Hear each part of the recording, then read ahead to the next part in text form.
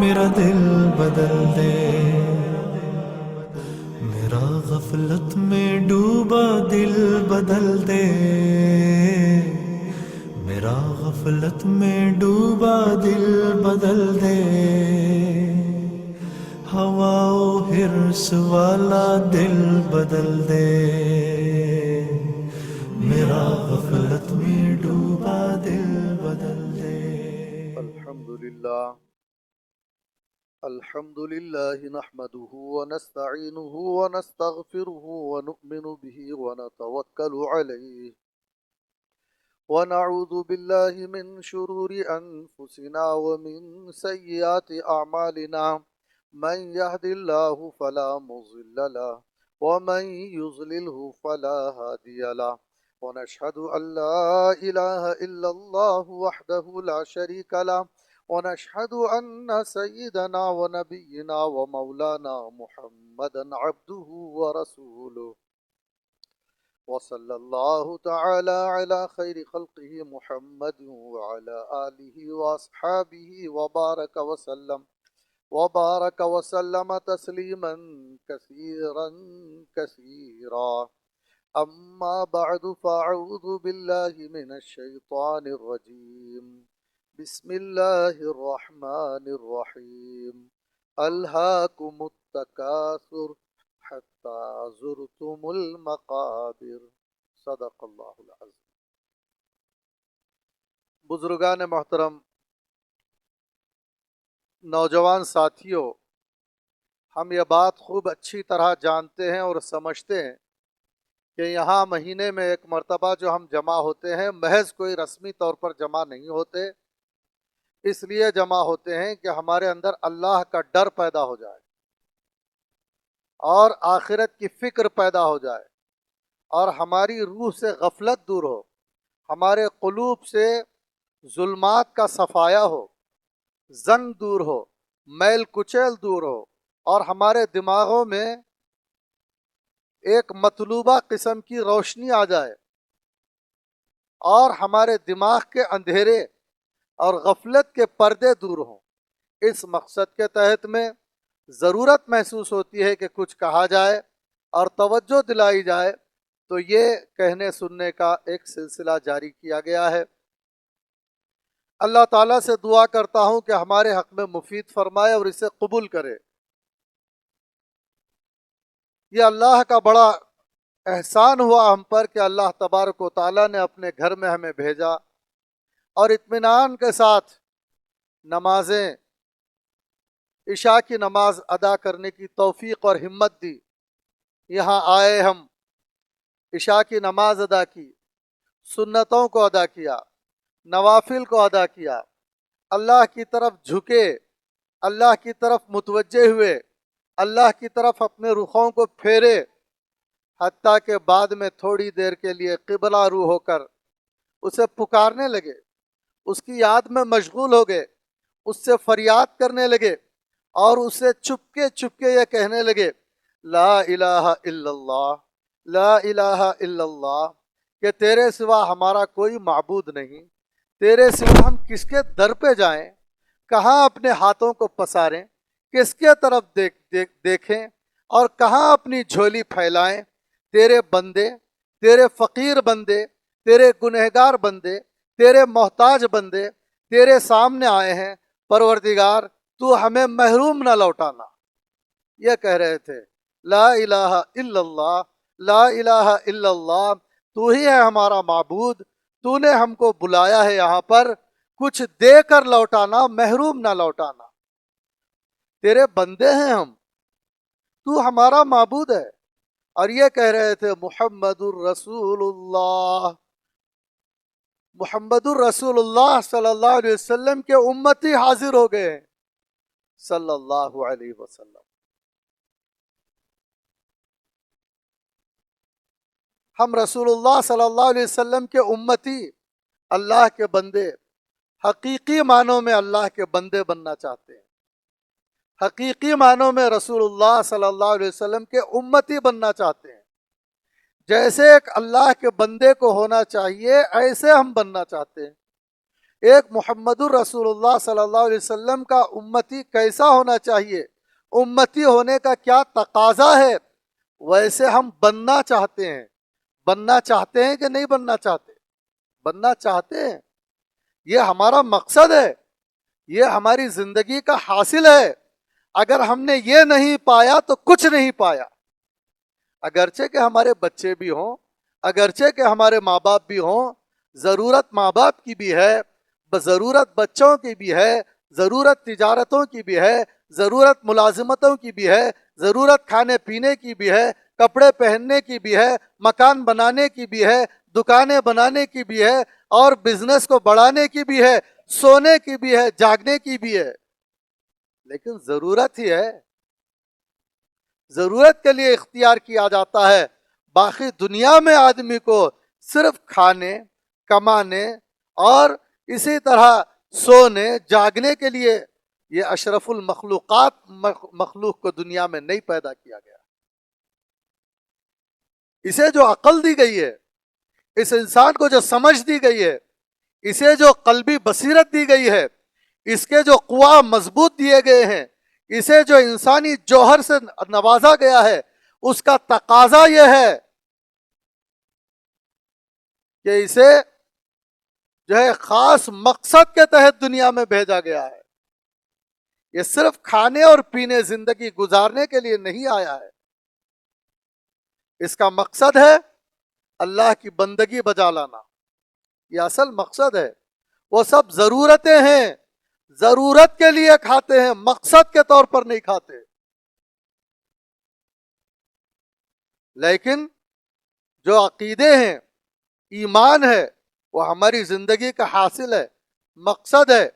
اگر کوئی آدمی دنیا سے جاتا ہے لیکن ساتھ میں اپنے ایمان کو نہیں لے کر جاتا ہے، ایمان کے بغیر حالت کفر میں گیا، مقصد کے بغیر گیا۔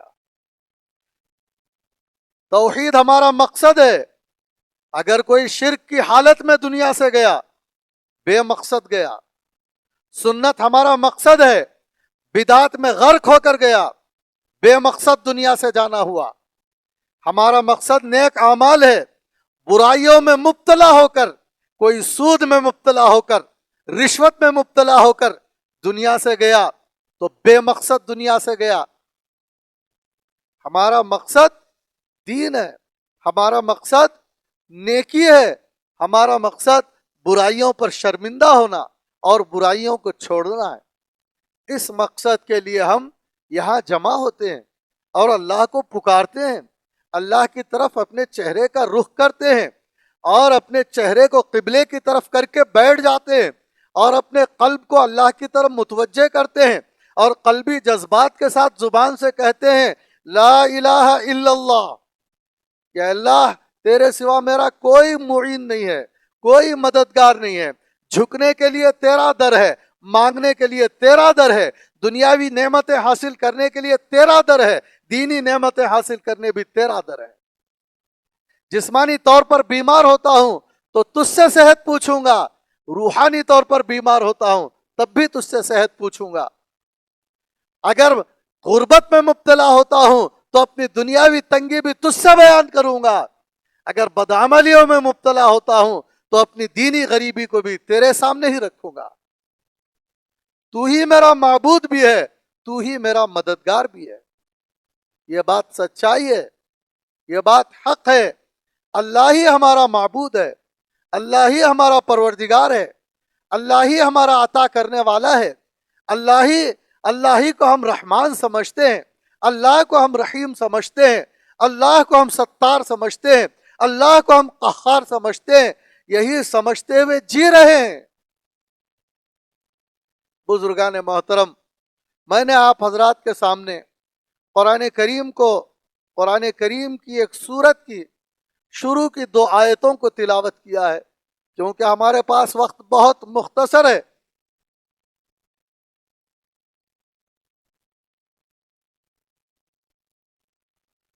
اس کے اندر اللہ تبارک و تعالی نے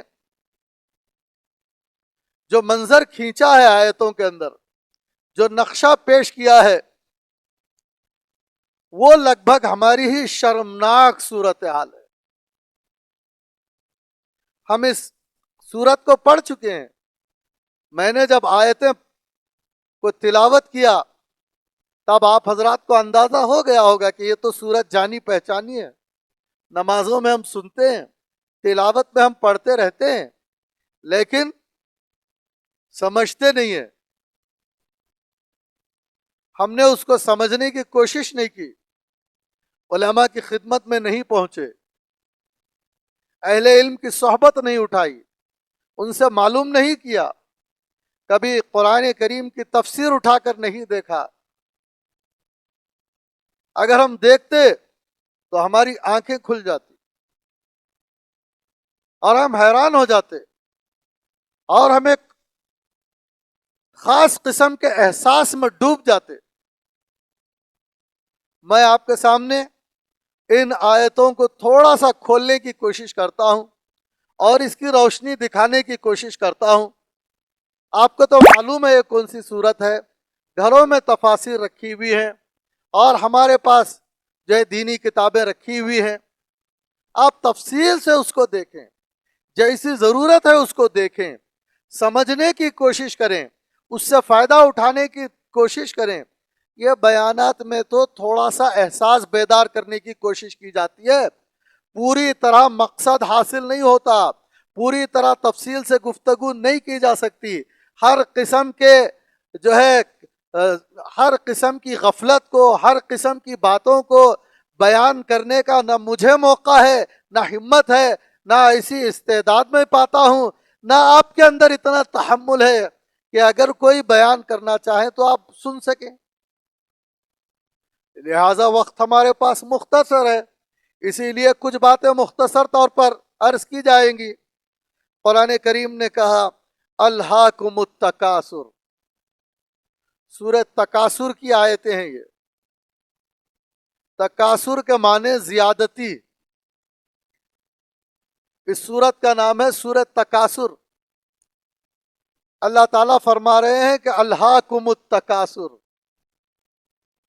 زیادتی اور مال کی کثرت کی خواہش نے تم کو غفلت میں ڈال رکھا ہے. ایک بات ہے وہ یہ ہے کہ زیادہ کی حرص، زیادہ کی خواہش کہ بہت زیادہ بڑا عہدہ مجھے مل جائے، میں بہت بڑے منصب پر پہنچ جاؤں، یہ حرص کے حد تک ہے. اور اس نے منصب کے حاصل کرنے کے لالچ نے غافل کر رکھا ہے. کس چیز سے غافل کر رکھا ہے؟ اللہ سے غافل کر رکھا ہے. اب یہ یاد نہیں کہ کس کا بندہ ہے، یہ محمد الرسول اللہ صلی اللہ علیہ وسلم کی سنتوں سے غافل کر رکھا ہے، نمازوں سے غافل کر رکھا ہے، نیکیوں سے غافل کر رکھا ہے، تلاوت سے غافل کر رکھا ہے، ذکر سے غافل کر رکھا ہے، دعاؤں سے غافل کر رکھا ہے، مساجد سے غافل کر رکھا ہے. غفلت بھری ہوئی ہے. کیوں؟ چاہتا ہے کہ بڑے عہدے پر پہنچو. یہ کوئی غلط بات تو نہیں ہے، بڑے عہدے پر پہنچنا یہ کوئی حرام بات تو نہیں ہے، یہ کوئی ناجائز بات تو نہیں ہے. بڑے سے بڑے عہدے پر پہنچنا چاہیے، بڑے بڑے عہدوں کو علم کی قابلیت کی بنیاد پر حاصل کرنا چاہیے، منع نہیں ہے. بڑے سے بڑے عہدے پر پہنچیے، اور مال کی زیادتی کوئی حرام نہیں ہے. جو ہے زیادہ سے زیادہ بڑے سے بڑا کاروبار کیجیے، اور گھر بنانا کوئی غلط بات نہیں ہے، گھر ضرور بنائیے، لیکن بات کو سمجھنے کی ضرورت ہے. جو بات سمجھائی جا رہی ہے دماغ کی کھڑکیاں کھول کر سمجھنے کی ضرورت ہے، دل لگا کر سمجھنے کی ضرورت ہے، سنجیدہ ہو کر سمجھنے کی ضرورت ہے. اللہ کا کلام ہے، کس غفلت کی طرف اشارہ کیا جا رہا ہے، کس غفلت کو چھوڑنے کا تقاضا کیا جا رہا ہے، اس کو اچھی طرح ٹھیک طور پر سمجھنے کی ضرورت ہے. کس عیب کی طرف اشارہ کیا جا رہا ہے، کس کمزوری کی طرف توجہ دلائی جا رہی ہے. وہ یہ ہے کہ اس قدر غفلت کے ساتھ عہدے کے پیچھے اتنا اندھا ہو جانا کہ اس کی وجہ سے عبادات میں غفلت ہو رہی ہے، خوف خدا سے خالی ہوتا جا رہا ہے. اور آخرت کی کمی کی طرف متوجہ جو ہے کمی لاحق ہو رہی ہے. یہ صورتحال اچھی صورتحال نہیں ہے. یہ صورتحال کوئی عقل مندی کی صورتحال نہیں ہے. یہ صورتحال کوئی دانشمندی کی صورتحال نہیں ہے. اس حال پر اعتراض کیا گیا ہے. کہا گیا کہ تم مالوں کی زیادتی کی خواہش نے، عمدہ مکانات کی زیادتی کی خواہش نے، اور جاہ و منصب کے زیادتی کے حصول نے تم کو غافل کر رکھا ہے. غفلت کے ساتھ جی رہے ہو، بے خوفی کے ساتھ جی رہے ہو، اللہ سے ڈرے بغیر زندگی گزار رہے ہو، اعمال کے بغیر زندگی گزار رہے ہو. حتی زرتم المقابر، تمہاری حالت تو اتنی ہے یہ، اور یہ غفلت کا یہ عالم ہے کہ غفلت یہ تمہارے چھوٹنے کا نام نہیں لیتی اور تم سے دور ہونے کا نام نہیں لیتی. یہ تمہارے پردے چاک نہیں ہوتے، اور یہ تمہارے غفلت کے پردے تمہارے دماغوں سے نکلتے نہیں، تمہارے دماغوں دلوں سے ہٹتے نہیں، تم سے یہ غفلت دور نہیں ہوتی، حتیٰ کہ قبروں کی زیارت کر لیتے ہو.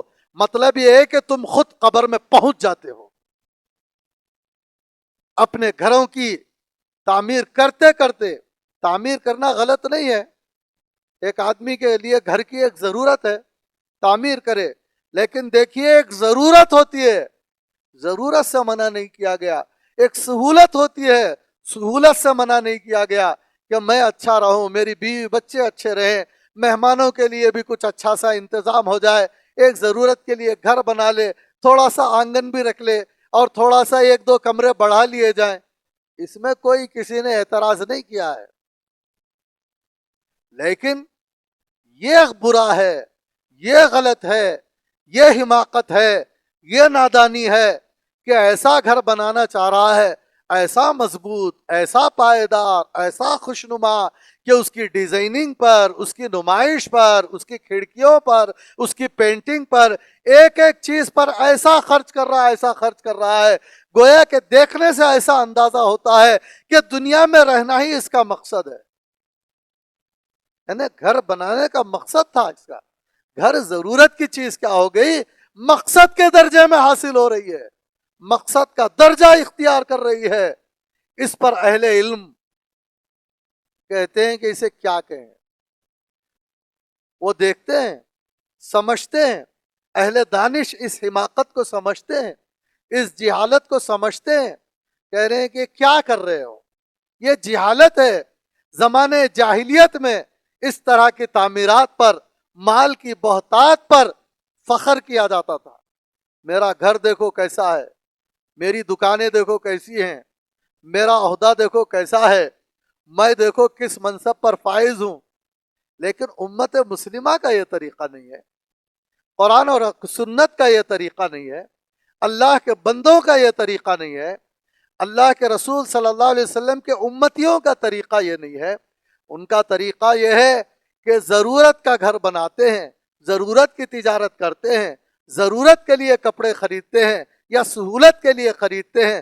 شان دکھانے کے لیے کپڑے نہیں پہنتے، شان دکھانے کے لیے جوتے نہیں لیتے، شان دکھانے کے لیے زیور نہیں خریدتے. یہ جاہلانہ طور طریقے ہیں، یہ علمی طریقے نہیں ہیں. یہ کیا جہالت میں مبتلا ہو، زیورات کے تعلق سے جہالت میں، کپڑوں کے تعلق سے جہالت میں، مکانات کے تعلق سے جہالت میں، اور کھانوں کے سلسلے میں فخریہ کھانے. ضرورت سے منع نہیں کیا گیا ہے کہ روٹی کھاؤ، سالن کھاؤ، ایک دو سہولت کے لیے بڑھا لو، ضائع کر رہے ہیں. دیکھیں ہم نے کیسی دعوت کی تھی، انا للہ و انا الیہ راجعون. اور یہ غفلت ایسی ہے کہ غفلت کرتے کرتے جوانی گزر گئی، بوڑھاپے میں قدم رکھ دی. اب تو قبر ہی میں قدم رکھنا ہے، بوڑھاپے کے بعد کچھ اور آنے والا نہیں ہے، قبر ہی میں اب قدم رکھنا ہے. لیکن جہالت دور نہیں ہوئی، ان چیزوں کو دور کرنا چاہیے. یہ چیزیں، ان چیزوں میں مبتلا ہو کر حتی زرتم المقابر، قبروں میں پہنچ جاتے ہیں. ایسا نہیں پہنچنا چاہیے، قبروں میں اس طرح نہیں پہنچنا چاہیے.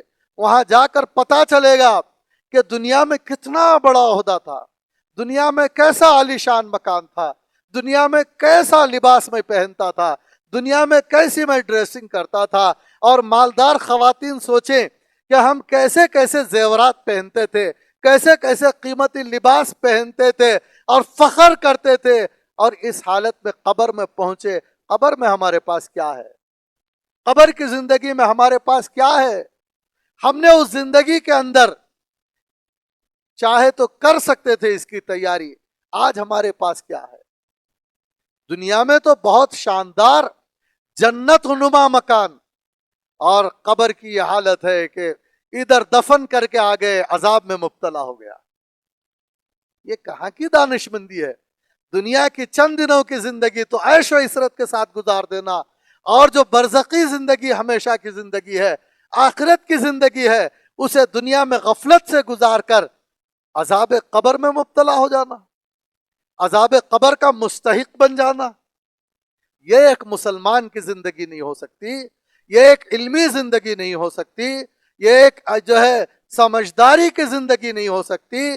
اس نادانی اور غفلت کی زندگی سے ہم کو باہر آنے کی ضرورت ہے، ہم کو نکلنے کی ضرورت ہے۔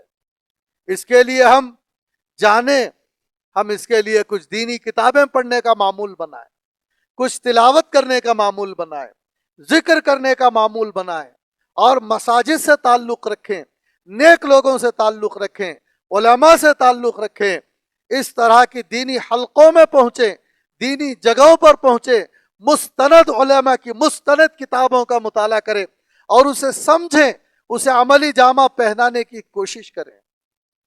یاد رکھیے، اگر ہم خدا کی نافرمانی کے ساتھ، خدا کے خوف کے بغیر کتنے بھی بڑے عہدے پر پہنچ جائیں، کچھ نہیں۔ اگر ہم بادشاہ بھی بن جائیں، اگر ہمیں تخت پر بٹھا دیا جائے اور ہمیں تاج پہنا دیا جائے اور ہمیں ایک محل مل جائے، ہمیں سونے چاندی کے خزانے مل جائیں، میں سچ کہتا ہوں اگر خدا ناراض ہے تو کچھ حاصل نہیں ہوا۔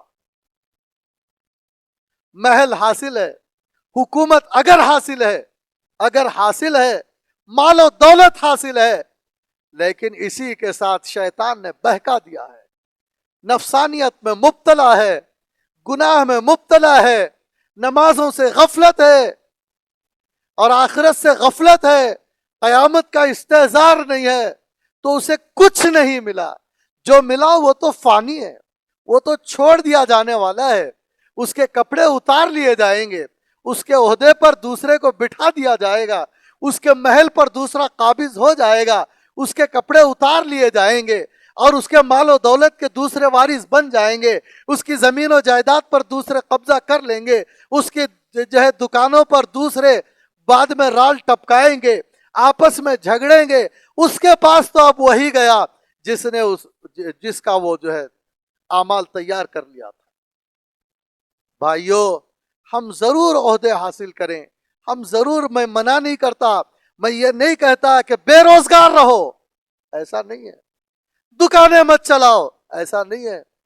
دکانیں چلاؤ، بے روزگار ہرگز نہ رہو، دکان چلائے بغیر ہرگز نہ رہو، ملازمت سے پیچھے ہرگز نہ رہو، ترقی سے پیچھے ہرگز نہ رہو، ایجوکیشن سے پیچھے ہرگز نہ رہو، ڈاکٹر بنو، پروفیسر بنو، سائنٹسٹ بنو، جو چاہے بنو، جیسا چاہے بنو، جو ہے اپنی دنیا کی زندگی کی ضروریات کو جو حلال طریقے سے پورا کرو، لیکن حرام میں مبتلا نہ ہو، نمازوں کو چھوڑنے میں مبتلا نہ ہو، فجر کے وقت سو جانے میں، سو کر گزار دینے میں مبتلا نہ ہو، عشاء کے معاملے میں غفلت کا شکار نہ ہو، روزوں کو یوں ہی لاپرواہی کے ساتھ نہ چھوڑ دو، اور زکوٰۃ کے معاملے میں غافل اور جو ہے بیزار مت ہو جاؤ، اور جو ہے حج کے معاملے میں کوتاہی اور سستی نہ کرو۔ یہ چیزیں آخرت میں تباہی لانے والی ہیں، آخرت میں عذاب کو دعوت دینے والی ہے۔ ایک آدمی ان چیزوں میں مبتلا ہو کر انہیں احماق سے منع کر رہا ہوں، دنیا کرنے سے منع نہیں کر رہا، ملازمت سے منع نہیں کر رہا ہوں، تجارت سے منع نہیں کر رہا ہوں، بلکہ انہیں مارک سے منع کر رہا ہوں، اس میں غرق ہو جانے سے منع کر رہا ہوں۔ تجارت ہی میں ڈوب جائے آدمی، اور ملازمت ہی میں ڈوب جائے، عہدے کے پیچھے ہی بھاگنے چلے جائے، اور جو ہے کپڑوں کے پیچھے ڈوب جائے، زیورات کے پیچھے ڈوب جائے، دنیا کے کھانے پینے کے پیچھے ڈوب جائے، اور بستروں کے پیچھے اسی میں غرق ہو جائے،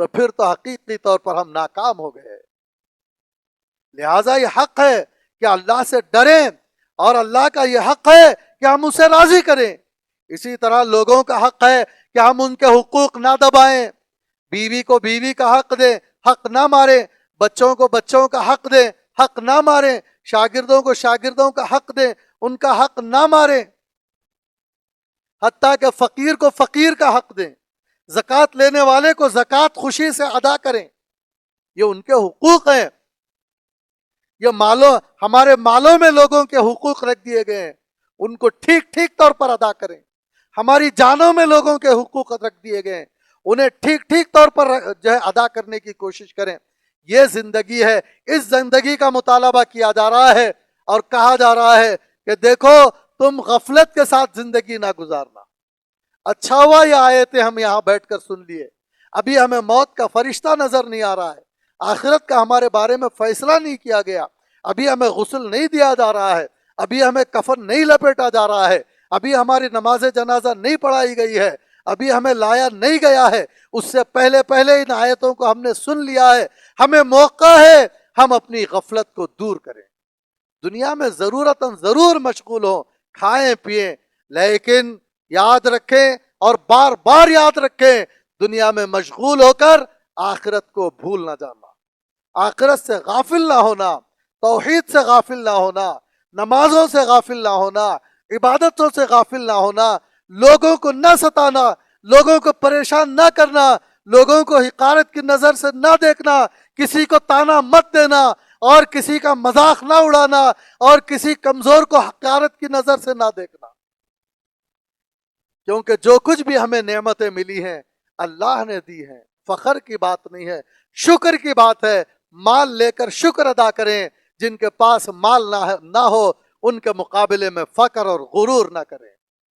صحت لے کر شکر ادا کریں، اکڑ اور گھمنڈ اللہ کے سامنے نہ دکھائیں. ورنہ اگر یہ صحت اللہ تعالیٰ چھین لے تو پھر کون ہمیں صحت دے سکتا ہے؟ اگر اللہ تعالیٰ مال و دولت چھین کر کنگال بنا دے کون ہمیں مال دے سکتا ہے؟ اگر اللہ تعالیٰ عزتوں سے ذلتوں کے طرف دروازے کھول دے کون ہمیں عزت دے سکتا ہے؟ اگر ہمارے جسموں سے بدبو پھوٹ جائے کون ہمیں اس سے نجات دے سکتا ہے؟ لہٰذا اللہ سے بے خوفی کی زندگی نہ گزاریں.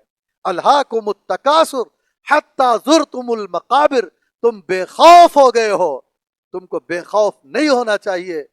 تم جو ہے آخرت سے غافل ہو چکے ہو، تمہیں آخرت سے غافل نہیں ہونا چاہیے. حتی زرتم المقابر، حتیٰ کہ قبر میں ایسی حالت میں پہنچنا چاہتے ہو، ایسا نہیں پہنچنا چاہیے. بلکہ عاقلوں کی طرح، سمجھداروں کی طرح، دانشمندوں کی طرح، دینی علم کے ساتھ، دینی عقیدوں کے ساتھ، دینی اعمال کے ساتھ، سچی توبہ کے ساتھ، گناہوں سے بچتے بچتے، لوگوں کے حقوق ادا کرتے کرتے، اللہ کو پکارتے پکارتے، اللہ سے ڈرتے ڈرتے، اللہ سے رشتہ رکھتے رکھتے، تم کو اسی حالت میں فرشتہ عزت و احترام کے ساتھ تمہیں بشارت دے، تمہارا اکرام کرے اور تمہیں لحاظ کے ساتھ جیسے اللہ کے بندے کو لے جایا جاتا ہے، رسول اللہ صلی اللہ علیہ وسلم کے امتی کو لے جانا چاہیے. تم کو اس حالت میں آخرت کی طرف لے جایا جانا چاہیے. تمہارا قبر میں اکرام ہونا چاہیے، تمہیں حشر میں ذلت نہیں ہونا چاہیے، بلکہ رسول اللہ صلی اللہ علیہ وسلم تمہیں خوش ہو کر دیکھنا چاہیے، صحابہ کی شفقتیں ملنا چاہیے، اولیاء اللہ اور تمہارے بڑے تمہیں محبت کی نظر ڈالنا چاہیے، تمہارے بارے میں جنت کا فیصلہ ہونا چاہیے. ایسی زندگی ہمیں گزارنے کی ضرورت ہے. ضرورت ہے یا نہیں ہے؟ ضرورت ہے. دل سے کہیے کہ ضرورت ہے اور اس کی محنت اٹھائیے اور اس کی کوشش کیجئے اور آج ہی سے شروع کیجئے. اس کے لیے اسباب اختیار کیجئے. تسبیح پڑھیے، صاف ستھرے کپڑے پہنیے، اسلامی لباس پہنیے، سروں پر ٹوپی رکھیے، داڑیاں رکھیے اور عورتیں اپنے سروں پر دوپٹہ اوڑھو اور گھروں میں تلاوت سے اپنے گھروں کو زینت دو اور بے پردگی کو اپنے گھروں سے ختم کرو، سود کی لعنت کو ختم کرو، بے شرمی کو ختم کرو، غیبتوں کو ختم کرو اور اسی طرح میوزک، گانے اور اس طرح کی بے حیائی کی باتوں کو مومن اور مسلمانوں کے گھروں میں کوئی گنجائش نہیں ہونی چاہیے. یہ زندگی ہونا چاہیے، یہ مومنانہ زندگی، عابدانہ زندگی، عاقلانہ زندگی، دانشمندانہ زندگی کا ارادہ کرو اور اس کے لیے اسباب اختیار کرو.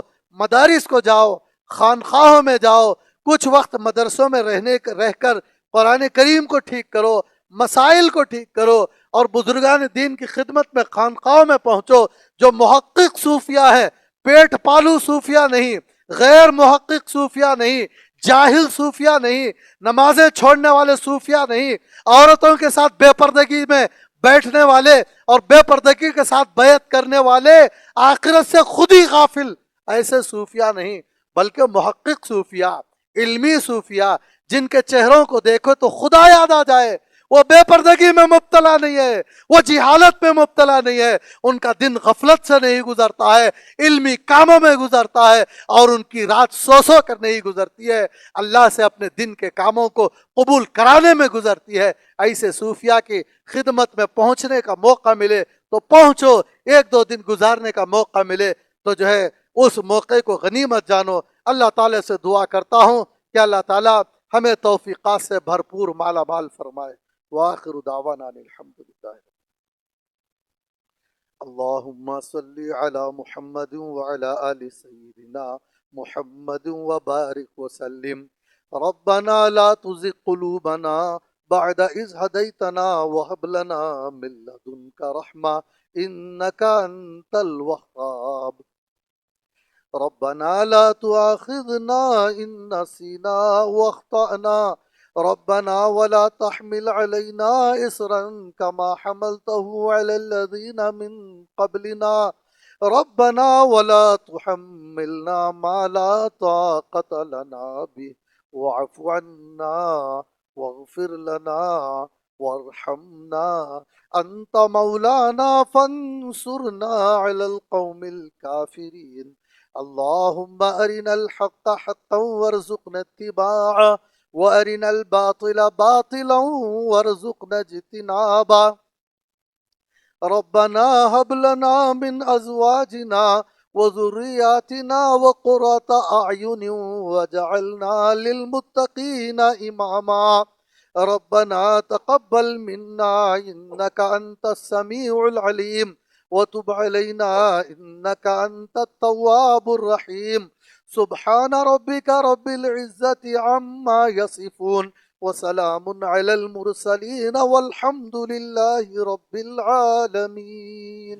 میرا غفلت میں ڈوبا دل بدل دے، گناہ گاری میں کب تک عمر کاٹوں، گناہ گاری میں کب تک عمر کاٹوں. بدل دے میرا رستہ دل بدل دے،